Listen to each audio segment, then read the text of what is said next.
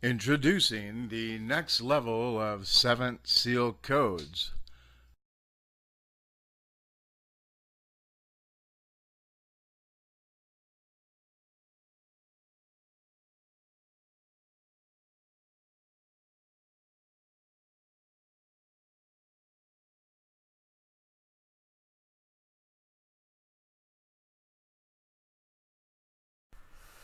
Okay, here we go again.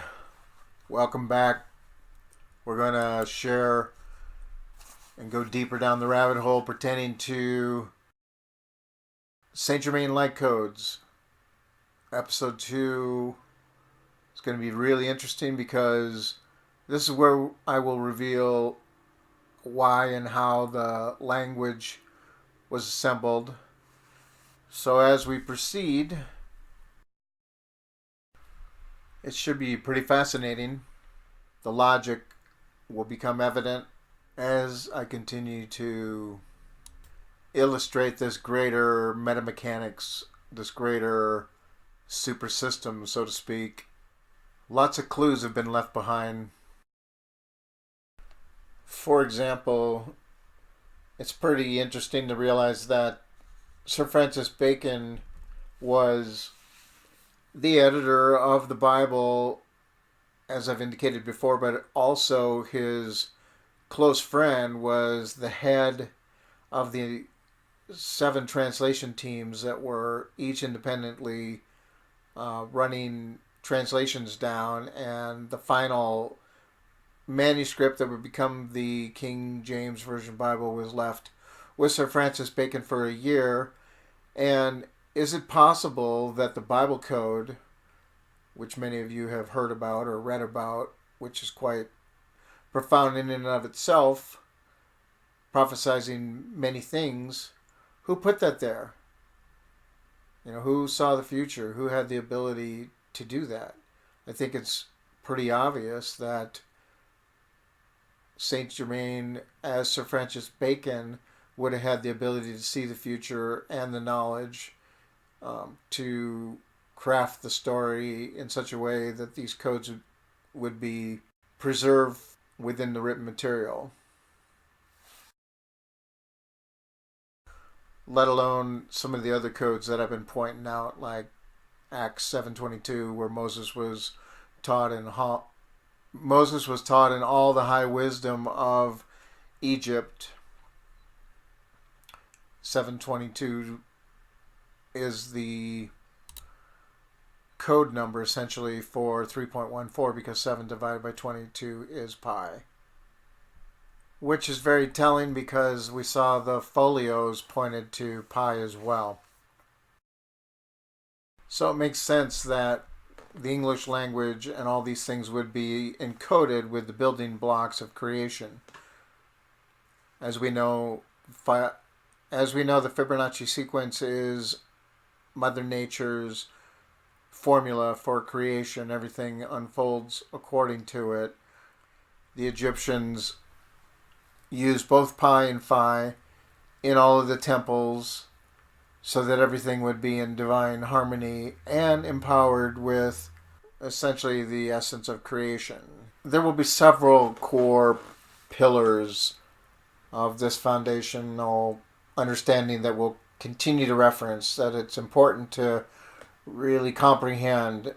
So, for example, the number table and its correlation to frequency is the centerpiece.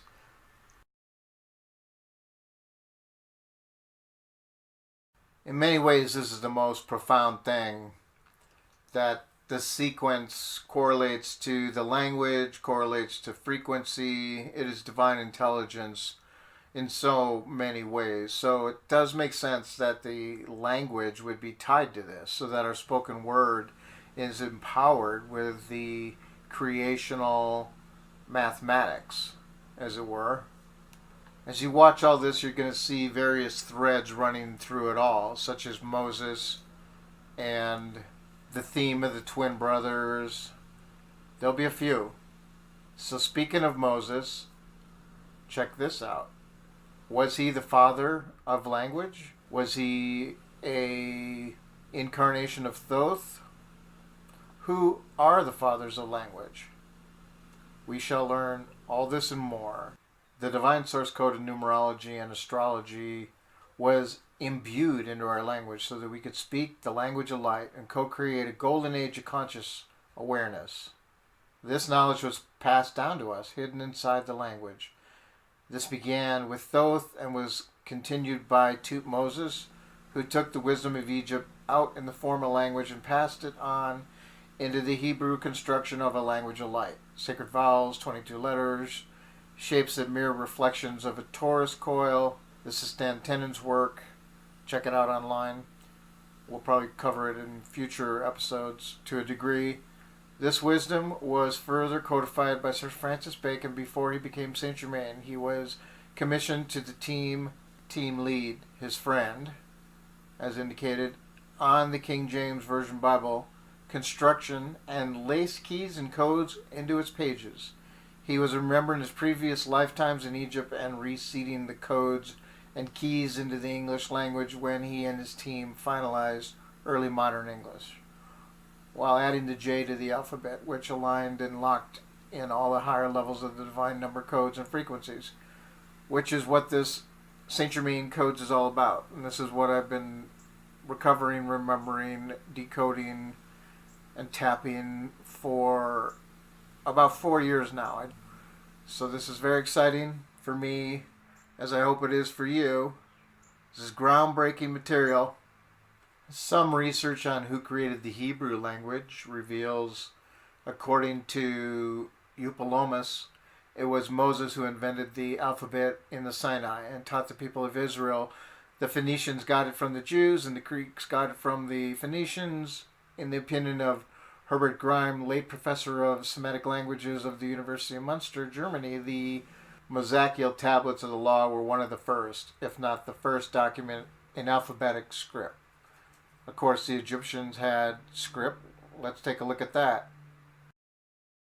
That was certainly a lot earlier. Before the invention of the alphabet, Egypt had already a highly complicated phonetic script of consonants consisting of almost 3,000 unilateral, bilateral, and trilateral hieroglyphs.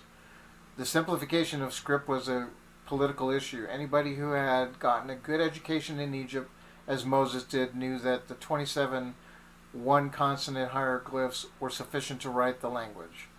The exodus of the followers of Moses from Egypt in about 1441 BC was the time for the introduction of the alphabet. A simplified script of 22 letters made literacy and learning available to everybody. Of course, those 5 vowels remain secret, hidden, and unspoken. Pythagoras and other ancients believed that everything was interconnected. Let's take a look at how. This is the underlying way that the language of light is incorporated in our calendar, clock, and reality. Looking again at the 60-digit circuit, or the Fibonacci wheel that rolls out the last number in 60 count around a wheel. What's so significant about that? Beyond that it repeats every 60, just like the rest, the 24 count Fibonacci repeats every 24 times, the 9 count repeats every 9 times, so on.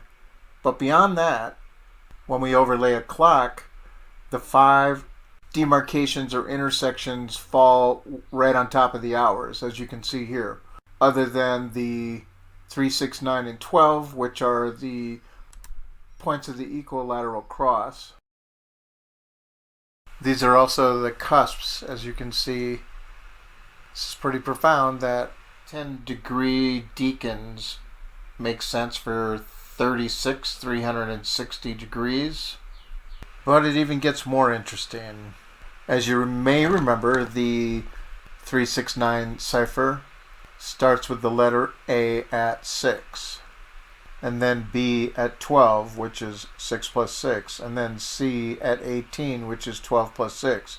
So, plus 6 is important. Here's why. Look at the 10, 20, 30 degree section at 12 o'clock, 12 to 1 o'clock, What's 1 plus 2 plus 3? 6. What's 4 plus 5 plus 6? Well, we know when we have a 9, just drop it, so 6. And then as you go around the wheel, you can always be assured it's plus 6. The pentagram fits perfectly, touching 5 points, which are 72 degrees apart. Each of these 5 points add up to 9 respectively. Is this why all these were made to add up to 9? Most likely. Also, pay attention to the seasons. They are each 6 characters in length, as we've covered before. However, ever pay attention to the 5 senses: touch, smell, taste, sound, sight. Each of those add up to 5. Rather, each of those have 5 letters in the word. Must be pretty significant or important. Well, the word itself, 5, has phi in it because the shape of the pentagon or pentagram is most conducive to phi, as it is hidden within the star. You can see the red marks. The junction points delineate phi, the distance, perfectly. The 5 Chinese elements that correspond to the most important organs in their medicine system are 5.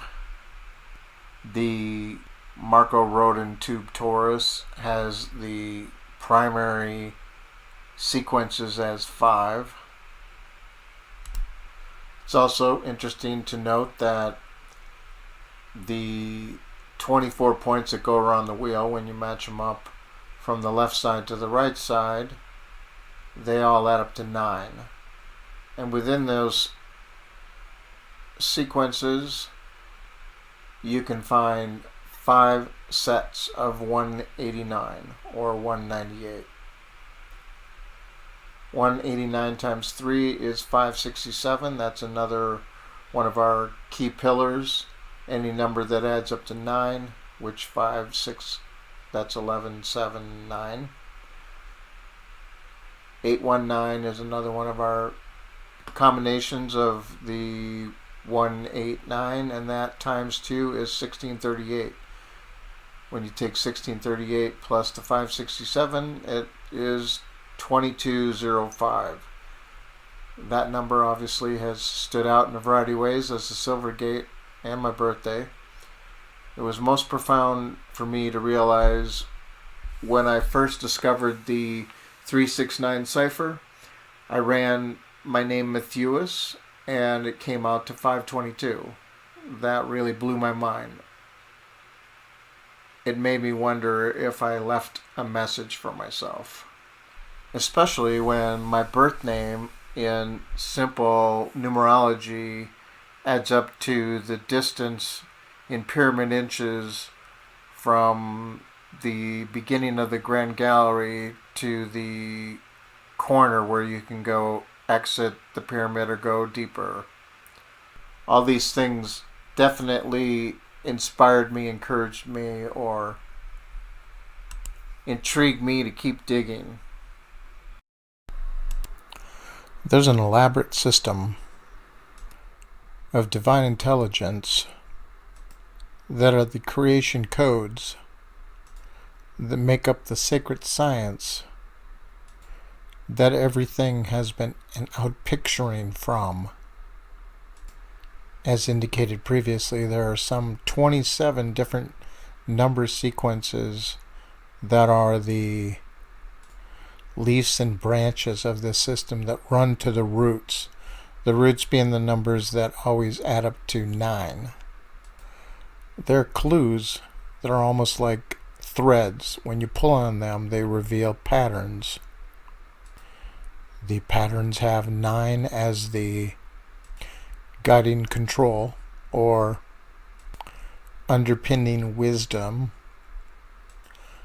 with an overarching knowledge of the microcosm and the macrocosm of everything in the universe as a reflection or holographic image of what is found in the human. All the math is always seen as self-aware, always working and interlaced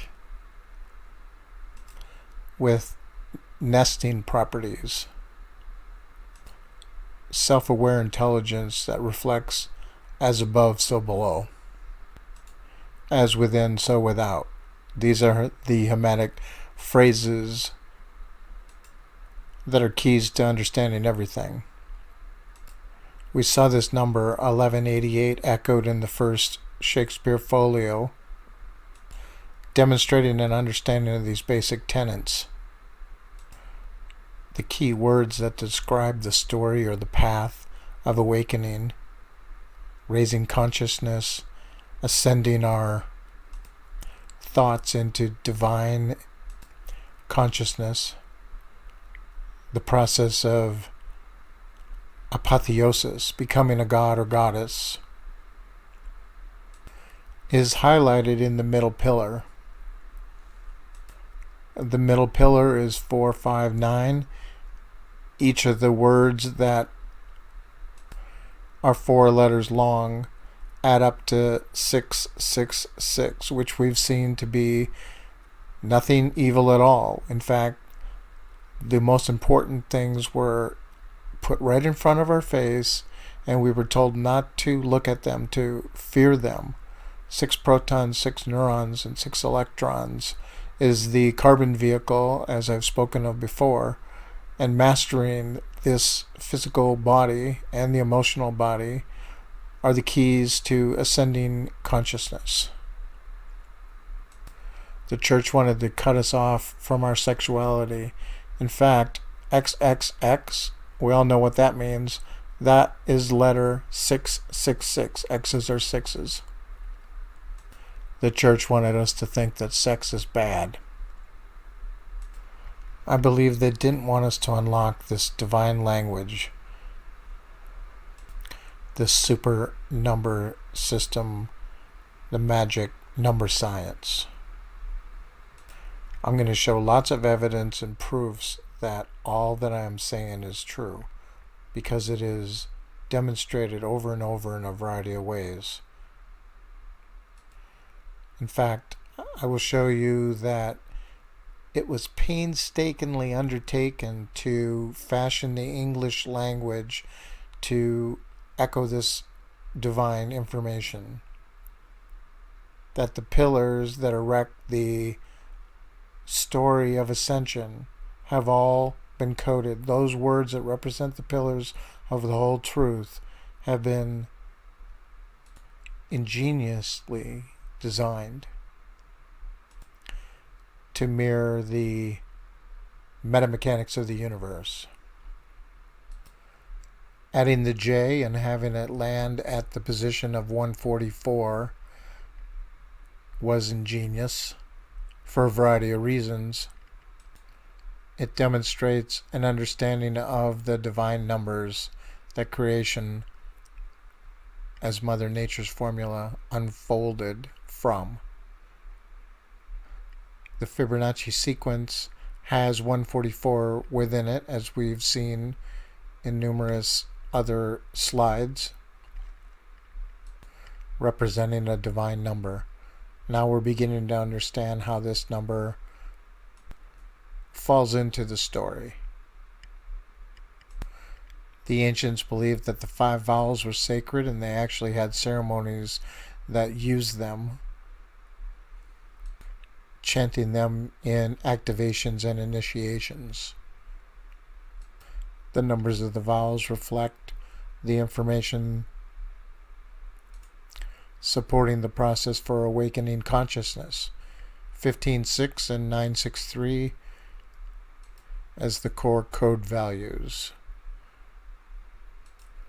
5 platonic solids are the building blocks of creation,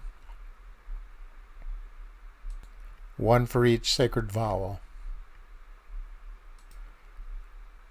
369 also matches the pillar table and the respective number of letters of the words, 345. Again, the flag is red, white, and blue for a particular reason, to carry the frequency of this understanding, and that of the correlation to the Great Pyramid, Pythagorean theory, and the dimensions, further echoing or mirroring pi and phi. We're going to see how these light codes and holy keys correlate to the Great Pyramid here in a minute. But first, taking a deeper look at the super wheel, if you will, the positions of the hours or the cusps actually are 369. You can focus in on 1 o'clock, it's 30 or 3. 2 o'clock is 60 or 6. 3 o'clock, 9. And as you do numerology, you can see on the next one, 120 is a 3, and around the wheel we go, 369, 369. So the super wheel can be superimposed or understood as the keys to the zodiac, as well as the hyperdimensional math that those in the secret space program reference when they say that we only understand a fraction of the zodiac, indicating that synchronized portals occur when certain alignments on dates and times open gateways. We have seen many ways that the Golden Gate, November 22nd, is key, and the emphasis of its significance is shown to have been understood by Sir Francis Bacon and Saint Germain. Here are several profound ways. I and the Father are one. That's 11:22:33, encoded in the Bible. But more importantly, the following phrases, when decoded with the 369 cipher, reveal the most astonishing things. Two shall become one adds up to 1122. William Shakespeare, wow, that's incredible. The Torah of Moses, Enoch walked with God, all of these. 1122, I'm the first and the last, concealed mystery. 13th zone, being divinely guided. This is really profound. And remember from earlier episodes, cipher and seals in simple English add up to 1122 as well. This important key code is mirrored in the zodiac itself, with the cusp dates and month name values echoing a resounding 1122. The truth in plain sight. The church used the symbolism and told us that Matthew, Mark, Luke, and John are the representation of the four corners of the equilateral cross. Sure it is. And yet, in some pictures, they put the bull, lion, and eagle on those four directions, which are the fixed signs. So they knew exactly what these keys were. The sacred science was well understood. The message in the stars, the gospel of the stars, the precision of the information and the science is astonishing, especially when we understand that the shafts in the Great Pyramid point exactly to the fixed stars that are the key messages and symbols in the story of ascension, the path, of the middle way, the knowledge of ascending the ladder for soul ascension, focusing in now on the first pillar. It's really amazing because I made this slide today while I was recording this, and I was constructing it thinking, I'm going to call it Divine Pathway of Numbers. And then a little voice in my head said, and that's going to add up to 126, and it sure did. This is the kind of amazing things that happen around this material. Further, November 22nd adds up to 261. Light codes 612, as we saw before, snake and the bird, which are a representation of the story of who we are from the beginning of time, the wisdom of two types of energies coming together. We'll get more into that later. Venus the Rose, the way of the eternal, or the ways of the eternal. The eternals being the Ancient of Days and the divine consciousness that we all can become by walking this path. 126 plus 261 equals 387, which is the last column. And the last column phrase adds up to 163. Remember what we said about off by 1. It's the same as if it was 162. And the ways of the eternal in the 396 cipher is also 1296, which is 1 plus 2 is 3, 396. Pretty profound. Speaking of profound, how could it not have been known when so many things demonstrate these values? The Hebrew Bible says that the Holy One created man in the image of God. The Hebrew word in the image is made up of 4 letters. Those 4 letters and their values total 162. Are you kidding me? Sir Francis Bacon Bible codes is 126 in the 369 cipher, 1111, 126. Wow. The value of the extended phrases in simple English is 432. The Great Pyramid of Giza is 432. The Grand Gallery, 261 degrees. Isn't this something? Look at all these messages in simple English. The word is key, 126. No beginning, no end. God is geometry. The throne of God. Frequency is the key. The way to ascend.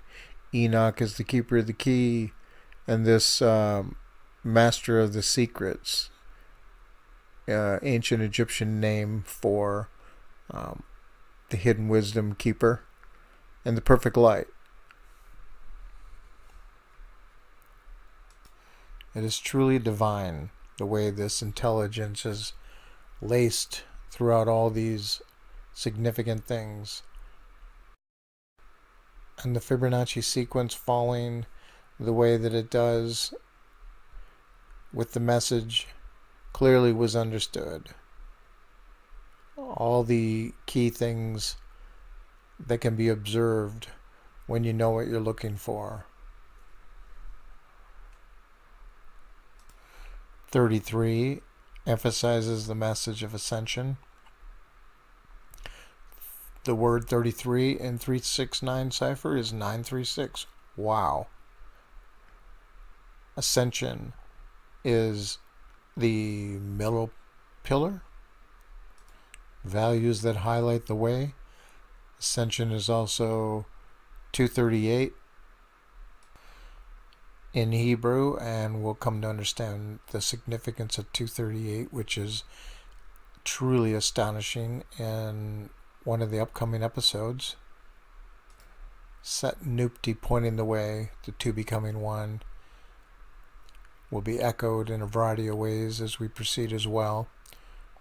Ascension is the most ancient story, which is a divine birthright to mankind. And this is the way to access divine consciousness. Isa was the original Son of Man, born of immaculate conception. This was because Osiris did not have a phallus after being cut up into 14 pieces by Set.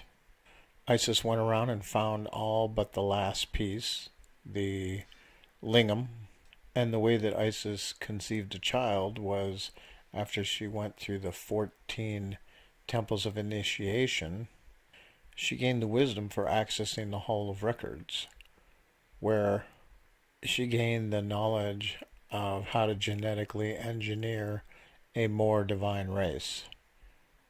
This mirrors the story of Adam and Eve. In the Gnostic tradition, it says that Eve was raped by the watchers of the garden, and that she actually did not have a child by Adam until after they got out of the garden, and they conceived a son whose name was Seth, and Seth was considered to be a Christ child. All the biblical stories actually come from the original Egyptian stories, such as Cain and Abel. The killing of Cain by Abel is the same story as Set and Osiris. So there's these mile markers in the story of the ascended beings. You can pause this and study it a little closer. But each of the beings that came with the story of a Christ have exactly the same mile markers.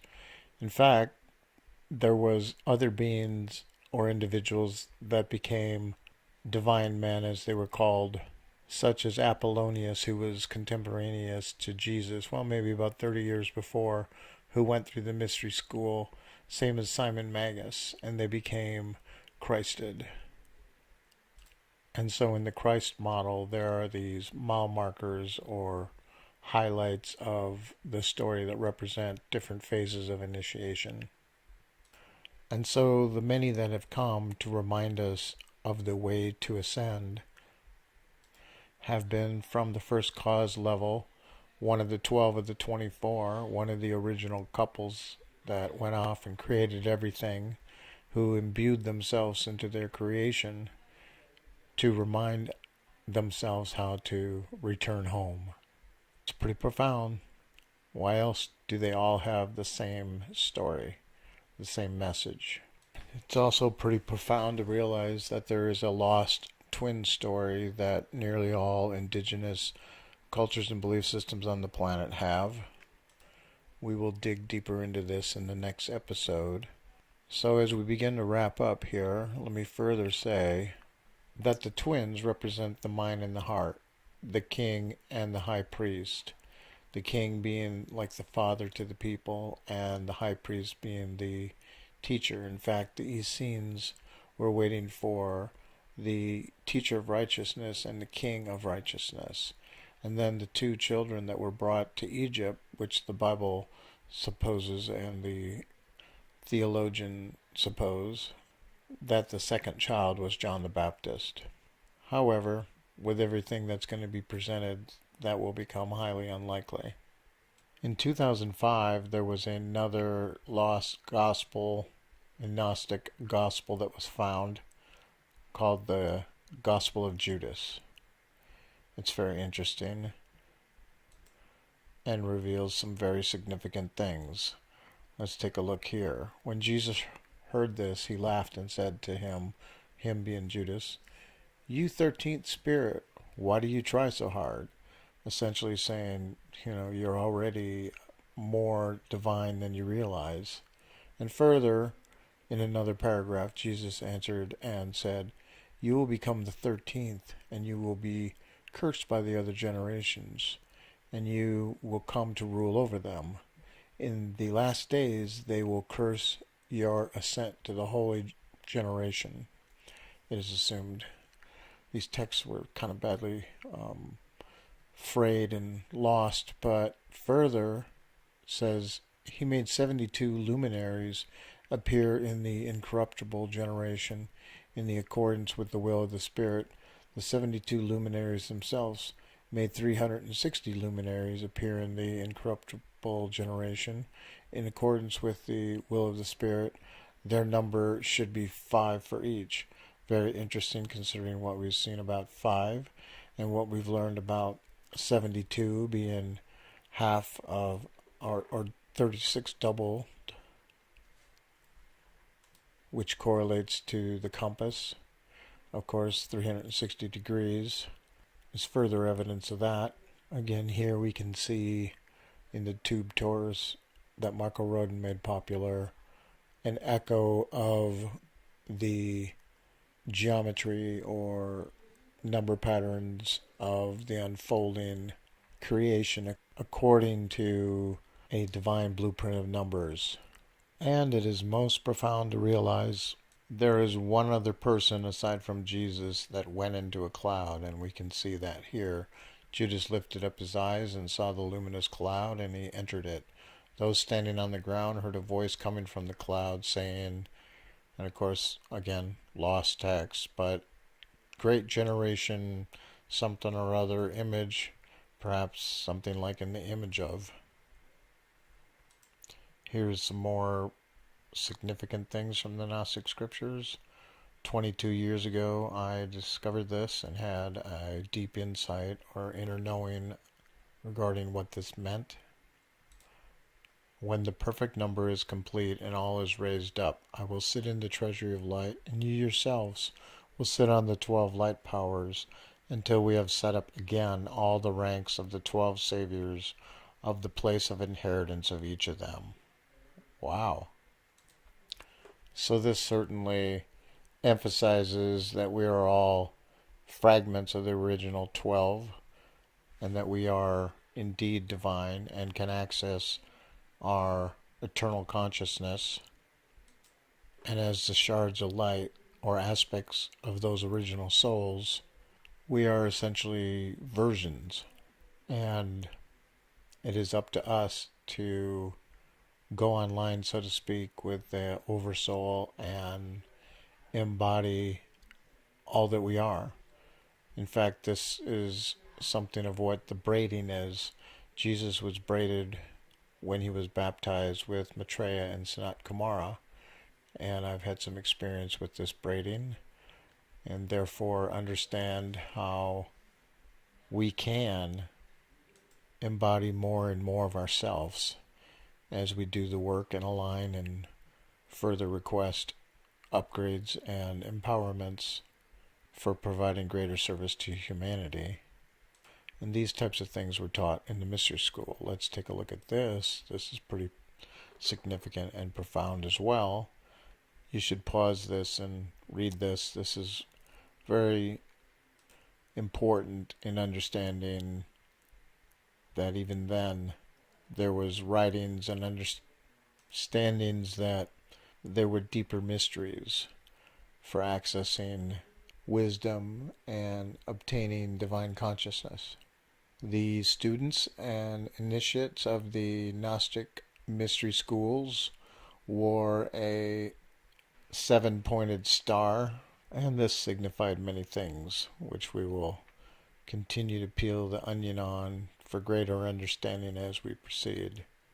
And so in closing, let's take a little more information from the Emerald Tablets and Thoth. He says, O Lord, show me the path, give me the path to the wisdom, show me the way to the word. Answered me then, through order you shall find the way. And indeed, it all adds up, it all makes sense. There is a masterful system of interwoven numbers that reveal a way to ascend by understanding the numbers, being imprinted, having them trigger the awakening and activation of DNA so that our own wisdom can guide us more deeply into all that we are. And of course, working with the seventh seal activator helps, and paying attention to the synchronicity of numbers in our life for the guidance to the things that accelerate our growth. And finally, we've seen this a number of times, but let's take a deeper look at it. The 7 Hermetic Principles. These are super keys to having a deeper understanding of everything. Everything follows these basic rules. 1.